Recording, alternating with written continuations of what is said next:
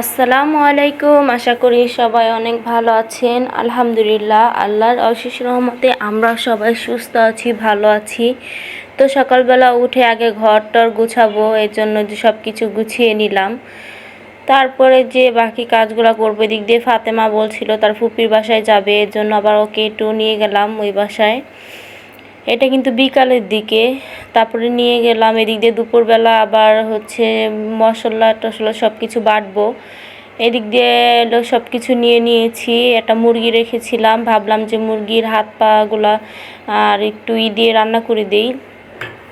তারপর এদিক দিয়ে আমি এগুলো পরিষ্কার করে নিচ্ছিলাম। পরিষ্কার করার পর তারপরে যে অন্য সমস্ত কাজগুলো করব। আসলে বাচ্চাদের নিয়ে কিন্তু কাজকর্ম করতে অনেক কষ্ট হয়ে যায়।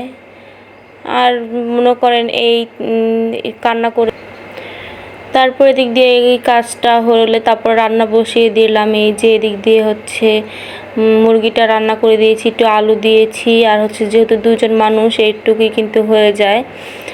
আর আমার মেয়ে তো এরকম অন্য মানে এই সমস্ত কিছু খেতে চায় না, তার জন্য আমি এদিক দিয়ে যে রান্নার মানে ইটা আগে চলে গেছে।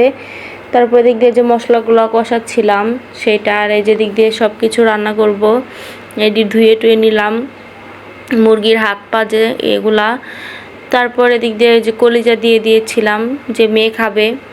তারপরে এদিক দিয়ে এগুলো রান্না বান্না করে তারপরে যে বাকি কাজগুলো করব। আসলে যাদের ছোট বাচ্চা আছে তারাই জানে যে সব কিছু গোছাতে কত কষ্ট হয়ে যায়। এদিক দিয়ে যে দুপুরের জন্য আগে একটু যে শুটকি মাছ রান্না করা ছিল সেটাও নিয়ে নিলাম, আর হচ্ছে যে দুপুরে খাবো। এদিক দিয়ে যে এটা রান্না করে নিয়েছি, ভাবলাম যে রাত্রে মানে সন্ধ্যার দিক দিয়ে হয়তো ডাল বা ভাজি রান্না করে দেবো, এখন আগে খেয়ে নিই।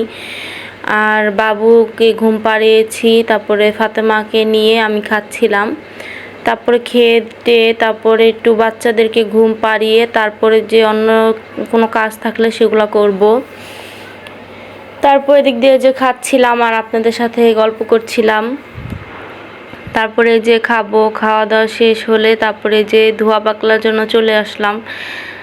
রান্না করতে না করতেই যে মানে মানুষ আমি দেখেছি ফ্যামিলিতে যেই কয়জনই হোক না কেন অনেক কাজ কিন্তু হাতের কাছে থাকেই।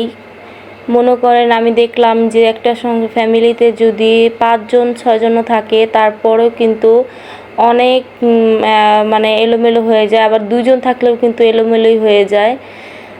সেজন্য মনে হয় মানে একটু কষ্টই হয়ে যায়। তারপরে দিক দিয়ে যে প্লেট বাটিগুলো ধুয়ে নিচ্ছিলাম। তারপরে একটু ঘরটর ঝাড়ু দিলেই আমার বিকালের থেকে কিন্তু সম্পূর্ণ কাজ শেষ হয়ে যায় আলহামদুলিল্লাহ। তারপরে এদিক দিয়ে ভাবলাম যে একটু এই প্লেট বাটিগুলো ধুয়ে তারপরে হয়তো ওইদিকে একটু যাবো আপুদের বাসায়। এদিক দিয়ে মেয়ে আর বাবু ঘুমাচ্ছিল, তার জন্য ভাবলাম যে কাজগুলো হাতের কাছে এগুলো সেরে ফেলি। তারপরে এদিক দিয়ে আমার প্লেট বাটিগুলো ধোয়া শেষ, তারপরে যে আমি অন্য সমস্ত কাজ করব।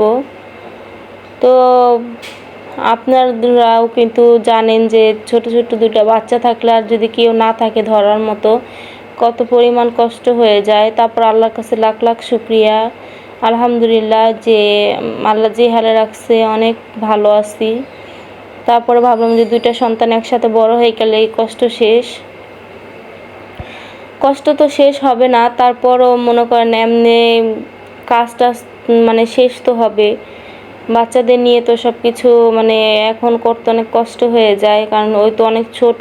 ফাতেমা এদিক দিয়ে শান্ত দেখেই হয়তো সব কিছু সামলাতে পারি।